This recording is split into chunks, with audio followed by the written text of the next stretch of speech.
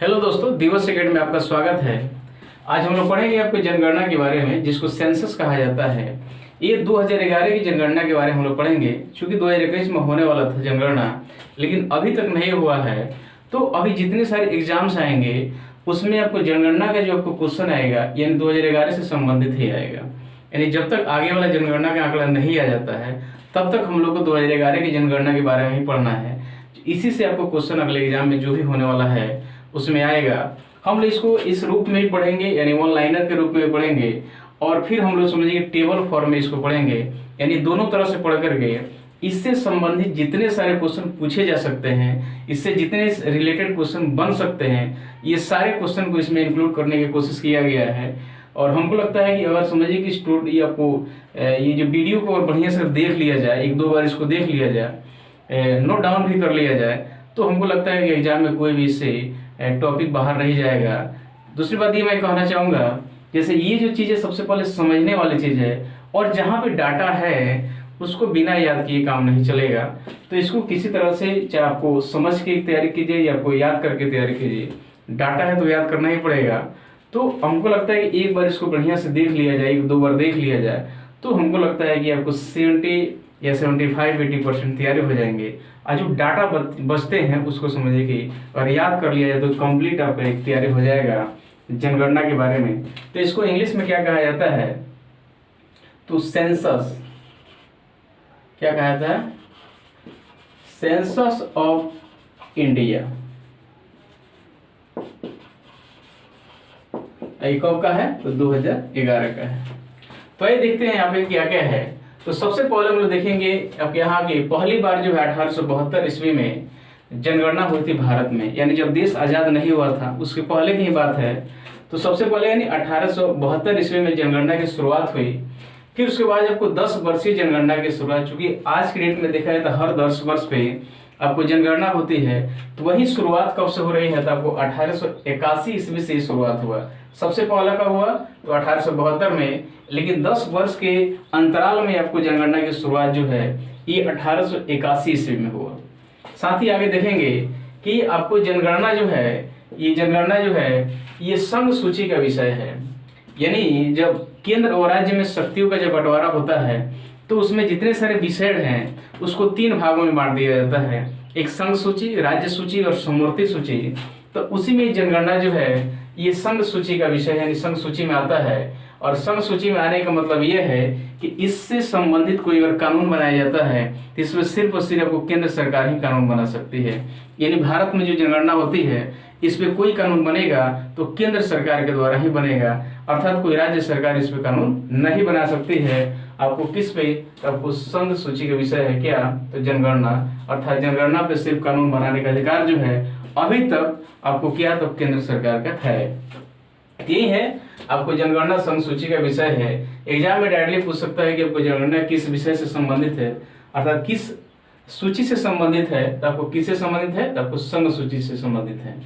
ये आपको 7वीं अनुसूची में रखा गया है, यानी क्या, तब 7वीं अनुसूची में रखा। हम लोग जानते हैं कि भारतीय संविधान में 12 अनुसूचियों का उल्लेख किया गया है, तो उसमें से 7वीं अनुसूची में जनगणना को दिया गया है। और ये जनगणना जो है, ये जनगणना जो कहाँ पे है, तो आर्टिकल 246 में दिया गया है। अनुच्छेद ये कहाँ पे है, अनुच्छेद जो है ये अनुच्छेद 246 यानी 246 में ये इंक्लूड किया गया, रखा गया है किसको, तो जनगणना के बारे में।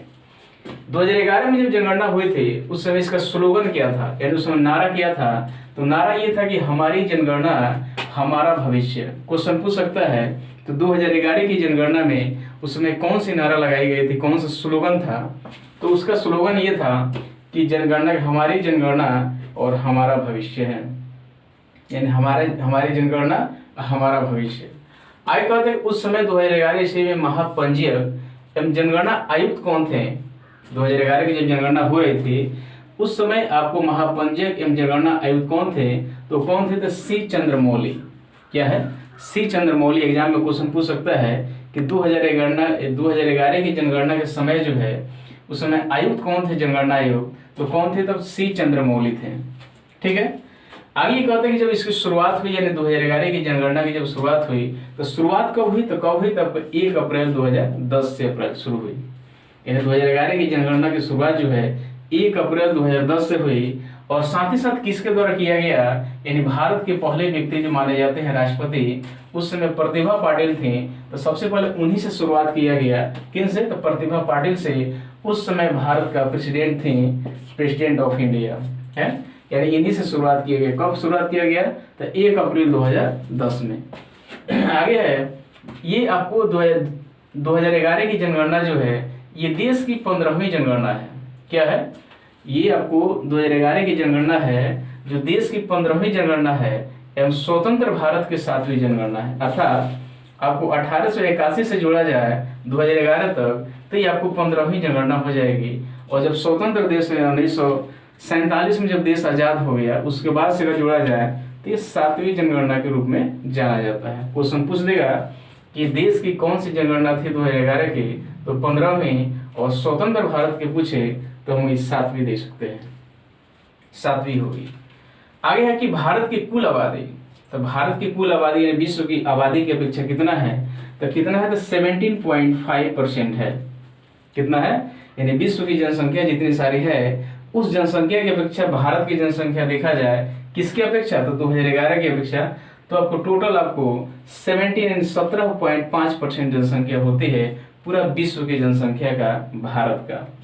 आगे देखा जाए तो 2001 से 2011 में बढ़ा हुआ आबादी कितना है, यानी 2001 में जनगणना हुआ फिर 2011 में जनगणना हुआ, तो ये 10 साल में भारत की आबादी कितनी बढ़ी है, तो कितनी बढ़ी है, तो 17.64%, यानी 17.64% आबादी जो है बढ़ी है। क्या, तो आपको 10 सालों में। और वहीं जनसंख्या के हिसाब से देखा जाए तो 18.15 करोड़ की आबादी बढ़ गई है।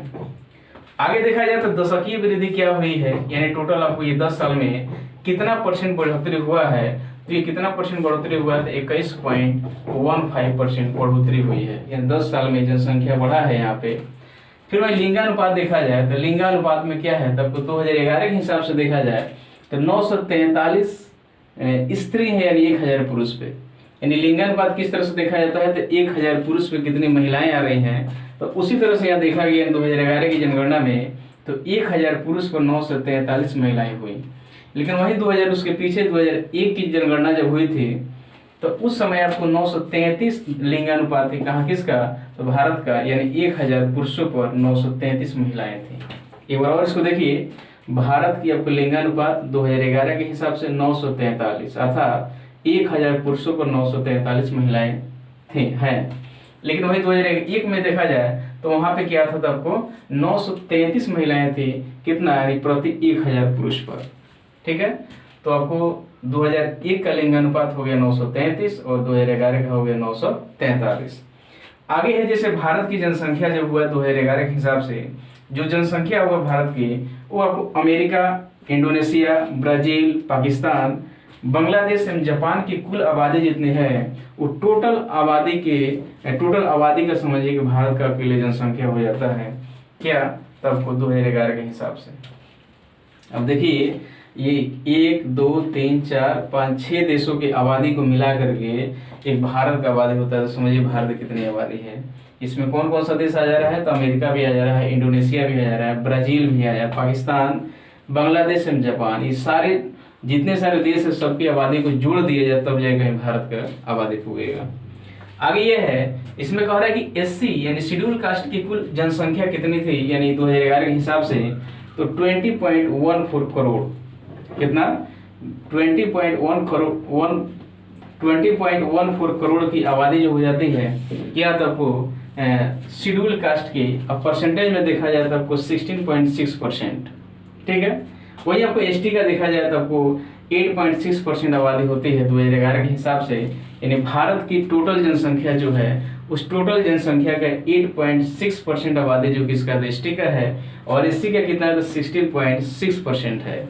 आगे यहाँ देखिए, कहता है कि जनगणना के समय जो है पूछा गया सवाल, यानी जब जनगणना हो रहा था, घर घर जब जनगणना हो रही थी तो उस समय जो है कितने क्वेश्चंस पूछे जाते थे प्रति परिवार से, तो आपको 29 ये क्वेश्चन आ सकता है कि 2011 की जनगणना में कितने सवाल पूछे जाते थे, तो 29।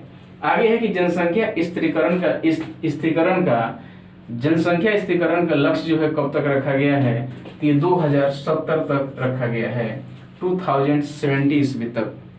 यानी जनसंख्या स्थिरीकरण का लक्ष्य कब तक रखा गया है, तो 2070 ईस्वी तक। आगे है कि भारत की कुल जनसंख्या जो है, भारत की कुल जनसंख्या कितनी है, तो 121 करोड़ 5,69,573 आपको टोटल जनसंख्या है भारत की। कितनी है, यानी भारत की कुल जनसंख्या जो है 121 करोड़ 5,69,573, इसको शॉर्ट फॉर्म में 121 करोड़ कहा जा सकता है। अब नया वाला जो आएगा 2021 की जनगणना जब होगी तो उस समय आबादी बहुत आगे बढ़ा रहेगा, लेकिन 11 के हिसाब से इसको शॉर्ट फॉर्म में 121 करोड़ कहा जा सकता है। आगे है तो उसमें जो आपको 121 करोड़ 5,69,573 जो है, उसमें पुरुष की जनसंख्या कितनी है, तो आपको कितनी है, 62 करोड़ 31,21,843।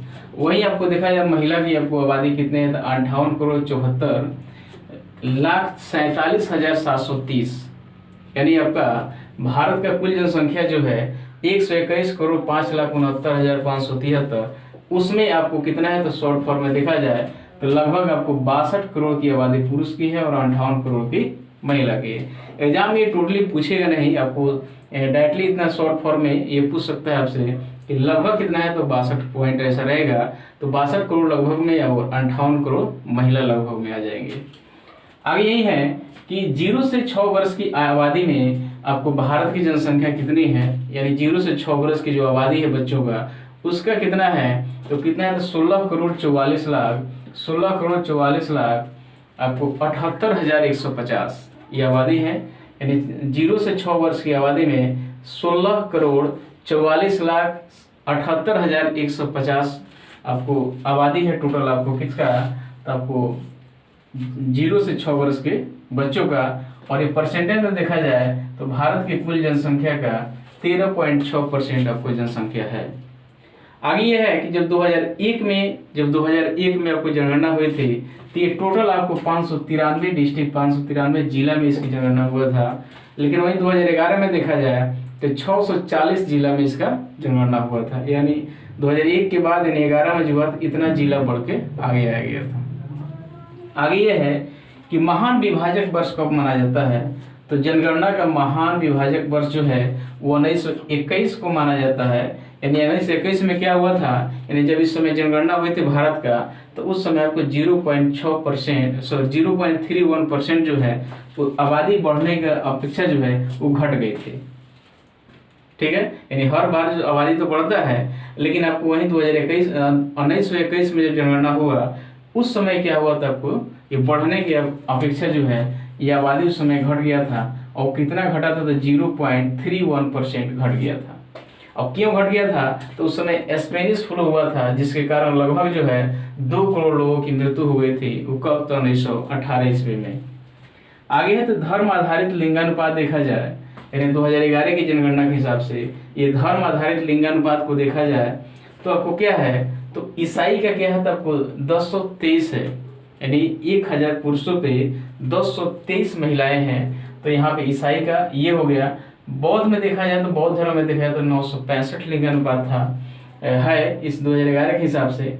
और जैन धर्म में आपको 954 है, 954 महिलाएं प्रति 1000 पुरुषों पे। फिर वहीं मुस्लिम में देखा जाए तो आपको 951 आपको महिलाएं हैं 1000 पुरुषों पे। और वहीं आपको हिंदू धर्म में देखा जाए तो 939 महिलाएं हैं प्रति आपको क्या 1000 पुरुषों पे। तो सबसे ज्यादा लिंगानुपात किसका है, तो आपको ईसाई का है। आगे देखा जाए तो धर्म आधारित साक्षरता को देखा जाए, यानी किस धर्म में साक्षरता ज्यादा है, तो सबसे पहला आता है आपको जैन धर्म का। जो जैन धर्म जो लोग मानने वाले हैं उसमें 94.9% लोग जो है साक्षर हैं।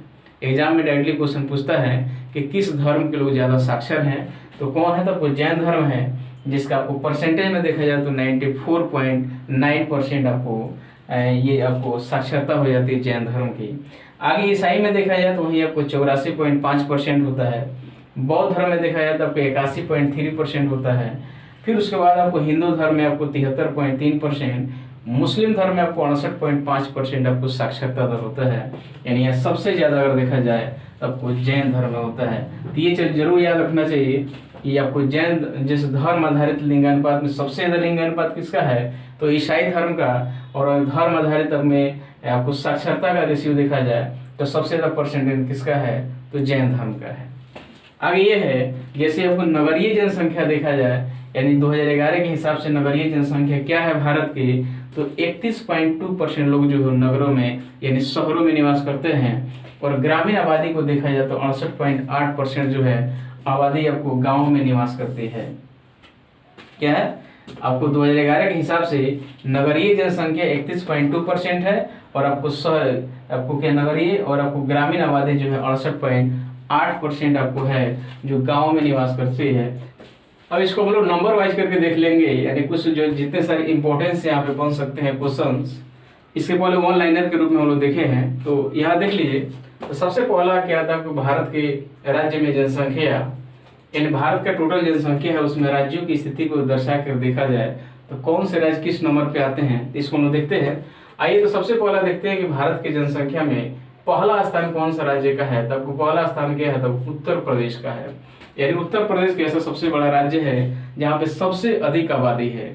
जैसे क्षेत्रफल की दृष्टि से देखा जाए तो सबसे बड़ा राज्य जो है वो राजस्थान है, लेकिन आबादी के रूप में कौन सा है, तब उत्तर प्रदेश। यहाँ पे टोटल आबादी का 16.51% यहाँ पे आबादी रहता है। कहाँ पे, तो उत्तर प्रदेश में। ये परसेंटेज अगर नहीं भी याद आता है, नहीं भी याद रहता है तो भी कोई बात नहीं है, बस यही पूछ सकता है कि आपको आबादी के रूप में, आबादी की दृष्टि से देखा जाए तो पहला स्थान किसका आता है। तो इस तरह से पहला स्थान उत्तर प्रदेश का हो जाएगा। वहीं आबादी में दूसरे स्थान यानी सर्वाधिक में देखा जाए तो महाराष्ट्र का होगा, तीसरे में बिहार हो जाएगा। यानी पहला में कौन हो जाएगा, सबसे ज्यादा आबादी वाला राज्य उत्तर प्रदेश, दूसरे नंबर पे महाराष्ट्र, तीसरे में बिहार, और सबसे अंतिम पायदान पे कौन आ जाएगा, तो सिक्किम है। यहाँ पे आबादी बहुत कम है 2011 की जनगणना के हिसाब से।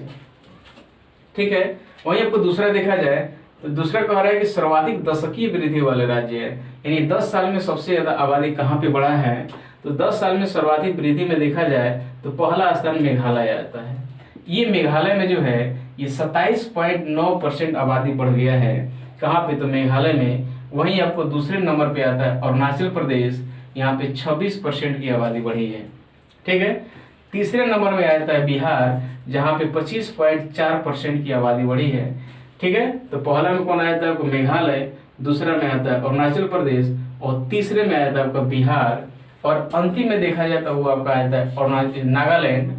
क्योंकि यहाँ पे क्या होता है कि आबादी बढ़ने की बजाय यहाँ पे घट गया है, यानी 0.6% आबादी यहाँ पे क्या हुआ है, घटा हुआ है। फिर उसके बाद आगे देखा जाए तो आपको 3 नंबर पे क्या है, तो सर्वाधिक जनसंख्या घनत्व वाला राज्य। घनत्व का मतलब ये होता है 1 किलोमीटर स्क्वायर क्षेत्र में कितने लोग रहते हैं, उसको ये देखेंगे। तो सबसे पहला राज्य बिहार, यानी सबसे अधिक लोग यहाँ पे रहते हैं 1 किलोमीटर के स्क्वायर में। अब 1 किलोमीटर स्क्वायर का मतलब ये होता है कि लंबाई 1 किलोमीटर और चौड़ाई 1 किलोमीटर, ये जो क्षेत्र जो बनता है इसमें जो है आपको 1106 व्यक्ति प्रति किलोमीटर स्क्वायर में रहते हैं। वहीं दूसरे स्थान में देखा जाए तो आपको पश्चिम बंगाल आता है, जहाँ पे 1028 व्यक्ति प्रति किलोमीटर स्क्वायर में रहते हैं। और साथ ही साथ तीसरे नंबर पे देखा जाए तो आपको केरल आ जाता है, यहाँ पे 860 व्यक्ति प्रति किलोमीटर स्क्वायर में रहते हैं। और अंतिम रूप में देखा जाए, अंतिम स्थान पे कौन है, तो आपको कौन है, तो अरुणाचल प्रदेश है। मात्र यहाँ पे क्या, तो 17 व्यक्ति 1 किलोमीटर के स्क्वायर में रहते हैं। तो सबसे ज्यादा जो है आपको जनसंख्या घनत्व जो कहाँ पे है, तो आपको बिहार में है, दूसरे नंबर पे पश्चिम बंगाल, और तीसरे नंबर पे देखा है तो आपको केरल हो गया। ठीक है, और अंतिम स्थान पे कौन आता है, अरुणाचल प्रदेश। वहीं आपको केंद्र शासित प्रदेश में देखा है तो सबसे ज्यादा आबादी जो है यानी कहाँ पे है, तो जैसे मान लें इस लिस्ट में उसको भी इंक्लूड कर लिया जाए, यानी राज्यों के साथ केंद्र शासित प्रदेश को भी इंक्लूड कर लिया जाए, तो सबसे ज्यादा जनसंख्या घनत्व जो है वो कहाँ पे है, तो दिल्ली में है। आगे है चौथे नंबर पे यानी 4th नंबर में ये कहता है कि सर्वाधिक लिंगानुपात वाले राज्य क्या है, यानी वो राज्य कौन सा जहाँ पे सबसे ज्यादा महिलाओं की संख्या है, यानी आपको 1000 पुरुषों की अपेक्षा। तो सबसे पहला राज्य आता है केरल, जहाँ पे 1084 महिलाएं हैं, यानी 1084 महिलाएं हैं आपको प्रति 1000 पुरुष पर। यानी सबसे ज्यादा लिंगानुपात किसका है? केरल का है। और दूसरे नंबर पे देखेंगे तो आपको तमिलनाडु का है। किसका है? तमिलनाडु का है। यहाँ पे 996 महिलाएं रहती हैं 1000 पुरुष पर। वहीं आगे है वो तीसरे में, तो तीसरे में आंध्र प्रदेश है, यहाँ पे 993 महिलाएं हैं 1000 पुरुष पर। यानी इस तरह से देखा जाए तो सबसे ज्यादा लिंगानुपात आपको केरल में, दूसरे स्थान पे तमिलनाडु और तीसरे स्थान पे आपको आंध्र प्रदेश। अंतिम स्थान में देखा जाए तो आपको हरियाणा है। ये हरियाणा में सबसे कम लिंगानुपात है, मात्र 879 महिलाएं हैं 1000 पुरुष पर। ठीक है, आगे देखा जाए तो सर्वाधिक शिशु लिंगानुपात में अगर देखा जाए, सर्वाधिक शिशु लिंगानुपात, तो सबसे ज्यादा शिशु लिंगानुपात जो कहाँ पे है? तो अरुणाचल प्रदेश में है। वहां पे कितना है? तो आपको 972 यानी महिलाएं हैं 1000 पुरुष पर। आगे देख लिया तो दूसरा तो आपको मिजोरम है। ये मिजोरम क्या है? यहाँ पे 970 महिलाएं हैं प्रति 1000 पुरुष पर। अब यह महिलाएं आप पुरुष नहीं करके, मतलब यहाँ शिशु है। अब शिशु का मतलब ये होता है कि 0 से 6 वर्ष के समय का, यानी 0 से 6 वर्ष की आयु में देखा जाए तो यानी यहाँ पे आंध्र प्रदेश में 972 गर्ल्स है। कितना? तो आपको 1000 प्रति बॉयज पर। ठीक है, यानी सबसे ज्यादा आंध्र प्रदेश का है, सॉरी अरुणाचल प्रदेश का है, और दूसरा क्या आता है? मिजोरम का है, तीसरा स्थान मेघालय का आता है, और चौथा अंतिम किसका आता है? तो हरियाणा का। यहाँ भी और बच्चों में देखा जाए 0 से 6 वर्ष के बच्चों में, तो वहाँ भी लड़कियाँ कम है बॉयज की अपेक्षा, यानी 1000 बॉयज पे मात्र 834 ही गर्ल्स हैं। तो यहाँ तो था आपको बड़े लोगों में, तो वहाँ शिशु लिंगानुपात में केरल पहला था, दूसरे स्थान में तमिलनाडु, तीसरा आंध्र प्रदेश और अंतिम में था हरियाणा। लेकिन वहीं बच्चों में भी देखा जाए तो बच्चों में भी वही स्थिति है। पहला में आपको क्या है? तो अरुणाचल प्रदेश है, दूसरा में क्या है? तो मिजोरम है, तीसरा में मेघालय है, और अंतिम स्थान आता क्या है? तो हरियाणा है। आगे देखा जाए तो आपको सर्वाधिक साक्षरता प्रतिशत कहाँ पे है, यानी सबसे पढ़े लिखे लोग कहाँ पे हैं? तो सबसे पहला स्थान था केरल। वहाँ पे 94% लोग, 94% आबादी जो है पढ़े लिखे है। दूसरा आपको मिजोरम है, यानी वहाँ पे 91.3% लोग वहाँ पे पढ़े लिखे हैं। और तीसरे स्थान पर आता है गोवा, जहाँ पे 88.7% लोग पढ़े हैं। और सबसे अंतिम स्थान आता है बिहार का, यानी बिहार में सबसे कम लोग साक्षर है, कम लोग पढ़े लिखे हैं, मात्र कितना है? तो 61.8%। ठीक है, हो गया। यानी सर्वाधिक साक्षरता में देखा जाए तो पहले स्थान में कौन आ रहा है? केरल, दूसरे में आ गया मिजोरम, और तीसरे में आ गया गोवा, और अंतिम में स्थान है किसका? तो बिहार का। तो ये चीज कंप्लीट इसको आप लोग याद करते चलिए, बार बार इसको रिपीट करके देखते चलिए, एग्जाम में बहुत फायदा करेगा। आगे आप देखा जाए 7वें नंबर पे, तो ये आपका कहता है कि सर्वाधिक ग्रामीण आबादी कहाँ पे है? तो सर्वाधिक ग्रामीण आबादी कहाँ पे है? तो ग्रामीण आबादी देखा है तो सबसे ज्यादा कहाँ पे? हिमाचल प्रदेश में है। वहाँ पे 90, वहाँ हिमाचल प्रदेश की जो जनसंख्या है उसका 90% आबादी केवल आपको कहाँ? गाँव में रहती है। और जब 90% गाँव में रहती है तो मात्र 10% ही कहाँ? तो शहरों में रहते हैं। दूसरे स्थान में बिहार है। बिहार के 88.7% लोग जो है केवल गाँव में रहते हैं। वहीं आपको तीसरे स्थान पे आता है असम, जहाँ पे 85.9% लोग जो है वो गाँव में रहते हैं। और अंतिम स्थान में देखा जाए तो यहाँ पे गोवा है, मात्र आपको 62.2% लोग ही आपको गांव में रहते हैं। अर्थात यानी सबसे कम में गोवा हो गया, लेकिन सबसे ज्यादा लोग जो गांव में कहाँ रहते हैं? तो हिमाचल प्रदेश, दूसरा बिहार, और तीसरा कहाँ है? तो आपको असम है। और सबसे कम लोग देखा जाए तो गोवा है। आगे कह रहा है कि सर्वाधिक नगरीय जनसंख्या कहाँ पे है? नगरों में रहने वाले कौन सा राज्य है? तो सबसे पहला देखा तो महाराष्ट्र है। यहाँ पे सबसे ज्यादा आपको नगरों में लोग रहते हैं। नगरीय जनसंख्या पूछा जाए कि सबसे किस राज्य में है, तो पहले स्थान पे महाराष्ट्र आता है, दूसरे स्थान में उत्तर प्रदेश हो गया, वहीं तीसरे स्थान पे तमिलनाडु हो गया, और अंतिम स्थान में देखा जाए तो सिक्किम होता है। ठीक है, सर्वाधिक नगरीय जनसंख्या में पहला महाराष्ट्र, दूसरा उत्तर प्रदेश, तीसरा तमिलनाडु, और अंतिम में कौन आता है? तो सिक्किम। आगे यह है कि अनुसूचित जाति जो है, ये अनुसूचित जाति शेड्यूल कास्ट की आबादी जो है प्रतिशत के मामले में, यहाँ दो चीज हो जाएगा, एक प्रतिशत के मामले में भी देख सकते हैं और आपको जनसंख्या के मामले में देख सकते हैं। तो प्रतिशत के मामले में अगर देखा है तो पंजाब वो पहला राज्य है, वहाँ पे 31.9% लोग जो केवल आपको एससी कास्ट के हैं, यानी एससी समुदाय के हैं। वहीं दूसरे स्थान पर हिमाचल प्रदेश हो जाएगा, जबकि 25.2% आबादी वहाँ रहती है केवल एसटी का, एससी कॉम का, और तीसरे स्थान पे पश्चिम बंगाल आता है, जहाँ पे 23.5% आबादी जो है शेड्यूल कास्ट की है।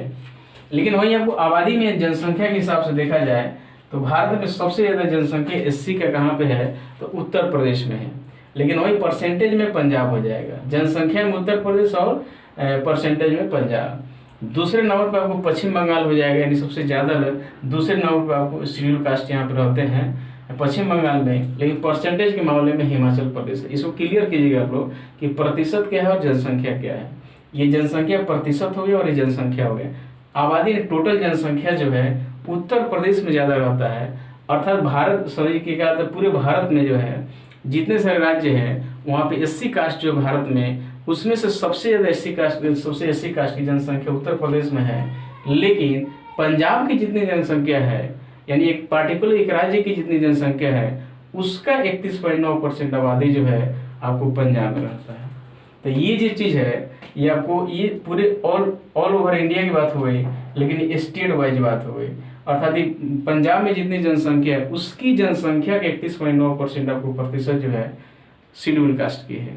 तो परसेंटेज के हिसाब से ये पंजाब हो जाएगा, दूसरे स्थान पर हिमाचल प्रदेश और तीसरे पे पश्चिम बंगाल।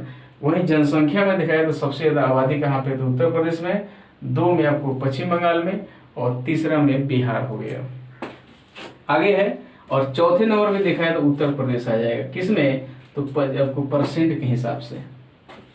तो प्रतिशत के मामले में पहला पंजाब, दूसरा हिमाचल प्रदेश, तीसरा पश्चिम बंगाल और चौथा उत्तर प्रदेश। और जनसंख्या के मामले में देखा जाए तो पहला उत्तर प्रदेश हो जाएगा, दूसरा पश्चिम बंगाल और तीसरा बिहार हो जाएगा। उसी तरह आपको शेड्यूल ट्राइब को देखा जाए, यानी अनुसूचित जनजाति को देखा जाए तो सबसे ज़्यादा एसटी कहाँ रहते हैं, तो आपको पहले कहाँ रहते हैं, ये आबादी के हिसाब से देखा जाए तो सबसे ज़्यादा आपको शेड्यूल कास्ट क्या है, शेड्यूल ट्राइब जो है, अनुसूचित जनजाति जो है वो मध्य प्रदेश में रहते हैं, ये आबादी के हिसाब से, टोटल जनसंख्या के हिसाब से। और दूसरे नंबर पे महाराष्ट्र और तीसरे नंबर पे उड़ीसा हो गया। लेकिन वही परसेंटेज के हिसाब से देखा जाए तो आपको मिजोरम ऐसा राज्य है कि मिजोरम का टोटल जितनी सारी जनसंख्या है उस जनसंख्या का 94.4% लोग केवल वहाँ एसटी हैं।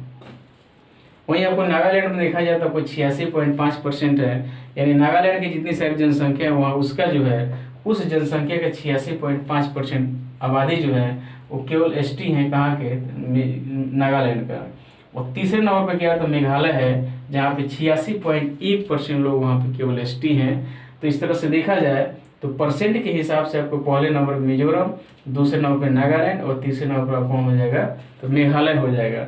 लेकिन आबादी के हिसाब से देखा जाए तो एसटी सबसे ज़्यादा कहाँ रहते हैं, मध्य प्रदेश में, दूसरा आपको महाराष्ट्र में और तीसरा हो जाएगा उड़ीसा में। तो ये चीज़ आप लोग क्लियर जरूर रखिएगा। आगे इसमें देख लीजिए और है सर्वाधिक जनसंख्या वाले विश्व का देश कौन सा है, यानी कौन सा देश है जहाँ सबसे ज़्यादा जनसंख्या है। तो 1 नंबर में आपको चाइना है, 2 में आपको भारत आ जाएगा, तीसरा में यूएसए आ जाएगा और चौथे नंबर पे आपको इंडोनेशिया है, 5वें में ब्राज़ील है, 6ठा में पाकिस्तान है और 7वें में बांग्लादेश है और 8वां स्थान आता है रसिया का। जबकि विश्व में सबसे ज़्यादा क्षेत्रफल की दृष्टि से देखा जाए तो रसिया सबसे बड़ा है, लेकिन वही जनसंख्या के मामले में इसका 8वां स्थान आता है। ठीक है, आगे यहाँ देखिए सर्वाधिक लिंगानुपात वाले यूनियन टेरिटरीज में देखा जाए। अभी तो यहाँ हम लोग क्या पढ़ रहे थे, ये राज्यों के बारे में, लेकिन यहाँ पे केंद्र शासित प्रदेश में भी देखा जाए तो सबसे ज़्यादा आपको लिंगानुपात कहाँ पे है, तो पुदुचेरी में सबसे ज़्यादा लिंगानुपात है, दूसरे नंबर पे आपको लक्षद्वीप है और तीसरे नंबर पे अंडमान निकोबार है। यानी लिंगानुपात जो अभी हम लोग पढ़े हैं वो कहाँ पे पढ़े थे, यहाँ पे देखिए जैसे पहला स्थान केरल का है, दूसरा तमिलनाडु का है, तीसरा आंध्र प्रदेश का है, सबसे कम 879 जो है यहाँ पे क्या था वो हरियाणा का है। तो ये राज्यों का था, लेकिन वहीं केंद्र शासित प्रदेश में देखा जाए तो सबसे ज़्यादा लिंगानुपात कहाँ के, पुदुचेरी का है। ये कहाँ के, केंद्र शासित प्रदेश में, और दूसरे में लक्षद्वीप और तीसरे में अंडमान।